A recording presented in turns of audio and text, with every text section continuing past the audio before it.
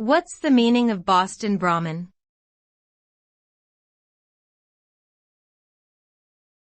Boston Brahmin.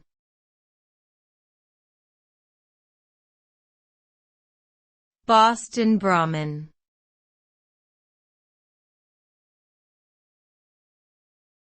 Boston Brahmin.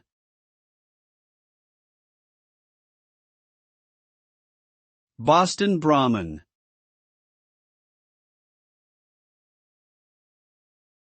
The term Boston Brahmin refers to a group of wealthy, elite families in Boston who were influential in the city's cultural and intellectual life during the 19th and early 20th centuries.